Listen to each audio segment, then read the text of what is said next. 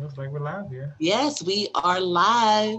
I'm still loving how we can be able to bring all these things together. So, ladies and gentlemen, if you are seeing this, we are live with none other than my architect. Well, I'm going to share a piece of my gem. I'm sharing my architect with you tonight, Mr. Thomas Brokaw, and he is going to be sharing with us the importance of the Blueprint 101. He's going to share a few things, but I'm so happy to have Tom with us tonight because he's sharing information about why you need to actually be a part of by the neighborhood. And I'm excited to have you here, Tom. Thank you so much for even after your long work day for hopping on with me. So share with the people, tell them, I don't want to talk for you. So tell them how dope you are. So just a little bit about myself. Started my architectural career designing K-12 schools in Orlando, Florida. Then eventually moved up here to DC, where I moved into another portion of the industry to where I was managing the real estate portfolio for the Department of Homeland Security for DC, Maryland, and Virginia. So managing both the real estate side, the facility side, the design side, as well as the construction side. Now, most recently, within the past month, I have now resigned from the federal government, and I have now started my own consulting firm, consulting architectural firms and construction firms in ways that they can grow their federal and private portfolios. So that's what I'm doing now from a full-time perspective, as well as performing architectural services for none other than more specifically as it relates to buying back the block. Just wanted to give you a couple of bullet points and maybe teasers. Can I go into that point now? Or? See, this is why y'all have to buy the ticket to be present. Because did you not realize, like, Tom is already ready to, he's ready to teach you already. I'm going to let him give you a little bit of a teaser of what you are looking to get by being a part of our virtual masterclass. So, Tom, share with the people. What are some tips, a little something that you can share with them?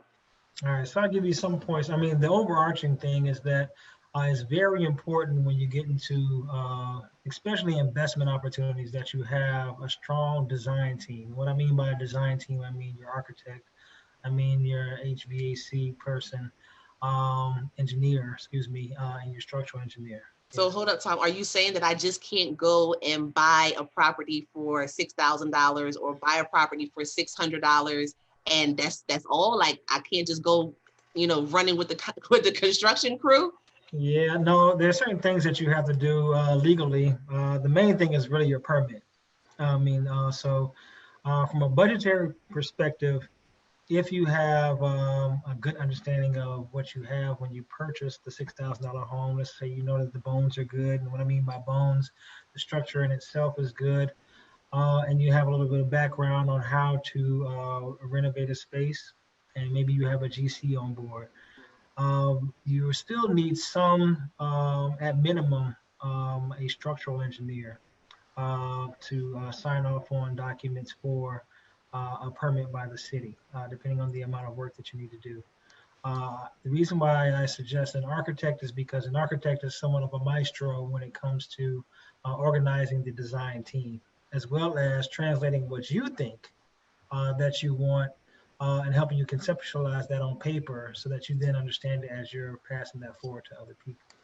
I totally agree. I mean, and just in us working together, there's been times where you were like, well, have you thought about this?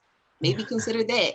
And it's great because you have like that eagle's view eye and you can see it from a different perspective.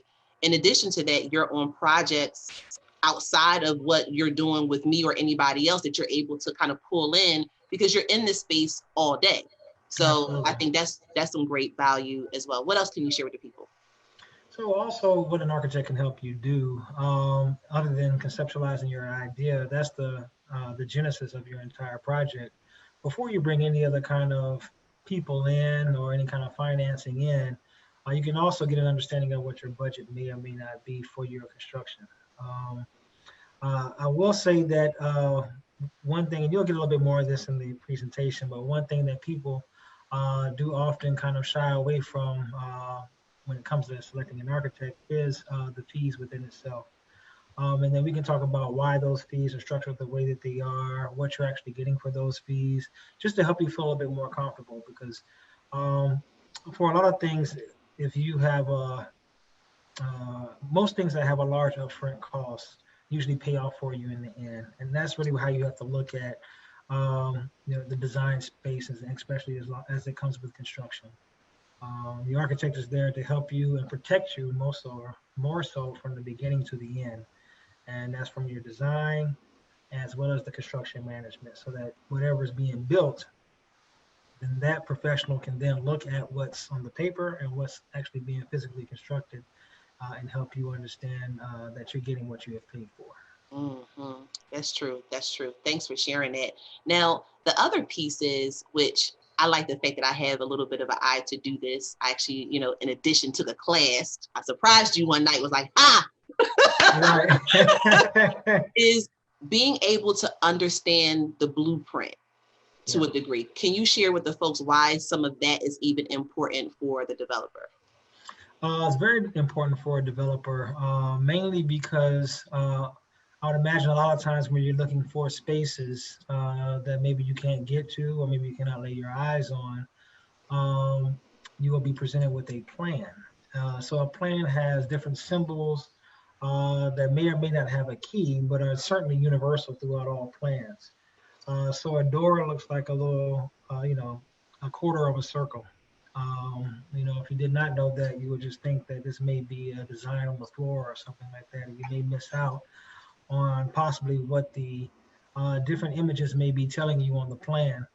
Also, the largest piece about understanding a plan is that when you start to bring in all these different design professionals, and once you get past that point, even to your GC, having a keen insight as to what these different symbols mean, help you then determine whether somebody is, selling you up the river or not, as it relates to what they're describing to you when they say, yeah, we've demolished now this side and we've put these new walls and or doors or windows up. You can look at the plan and actually translate that for yourself and say, no, this is still here. I should maybe get a credit because you didn't knock down that wall, or you left this door, or maybe this door is something that we can reuse. I'm looking at my plan. I have 5 doors, and the new plan I now call for 6 doors. Physically, I can see all 5 of the doors are in good shape. So maybe now, when you're looking to put your budget together, you can think in your mind, I'm going to reuse these 5 doors, and now I have to purchase one additional door. So now, those are different things that you got to look at. Now, see, just that last sentence by itself, I hope somebody caught that is golden, because you don't want to have to always feel like you have to buy everything, especially when you're doing like a full gut, because even though you might decide to do a full gut job, that doesn't mean that everything in there can't be salvageable. Like, there are some things that you can actually hold on to. I know when we did a project in West Mount Airy here in Philly, those older homes have like some gems. Like, you can take it, go get it dipped and stripped and hold on to those doors, versus, now you might have all these doors in your current budget, but you don't necessarily have to. You can dial back and put that money other places. One last thing, Tom, I want you to just kind of give a sneak peek to people, because you also sit on a council, you sit on a board, and I would love for you to just share a little bit about why people should consider historic preservation when they are looking for places to purchase. Okay, yeah, so thank you, but I did forget, or I did omit that in the beginning, but so I'm not. You don't have to tell them what board. You don't have to tell them what board. Just No, it's okay. I didn't do it on purpose. It just slipped my mind. But I'm a commissioner on the Historic Preservation and Review Board as an architect member in Washington, D.C. And the importance of, a lot of people often think that when you purchase an historic home or you're in a historic area, the renovation is always that much more expensive. While that may be true in some cases, is not true in all cases. One, from a resale value, you optimize your potential when you purchase in those types of areas and renovate the homes. And you also are available for certain tax credits when you're in a historic district. And I mean, just there's certain things about a character of a space. Historic districts are usually located near city centers because that's essentially where the city began. So with that perspective, you are now closer to possibly the city's central or public transportation, as in a metro, or the city's CBD, which is Central Business District. So now that property value, which may have now been or once been dilapidated, once you renovate it, is now prime real estate. You may, purchase it for less. Like in the Baltimore region, you're purchasing things for like $9,000, and you could potentially sell it for the upwards of $500,000, $300,000. So, a historic district is important for a lot of things outside of monetary value. I mean, personally, for me, I'm a history buff, so this the preservation of certain um, areas and buildings to tell the story for those who are no longer able to tell that story is very important to myself and other folks who are just history nerds. But that's in a nutshell why it's good to get into a historic district. No, that's great. And y'all, Tom checked me one day. One day I called him and I was like, well, I was looking at these modulars, and he was like, no. No. No, I'll do it. He completely checked. He was like, he gave me this whole paragraph about the importance of preservation and so forth and this. So when he's not giving you the fluff like this, he really does believe in the importance of historic preservation. And he's absolutely right.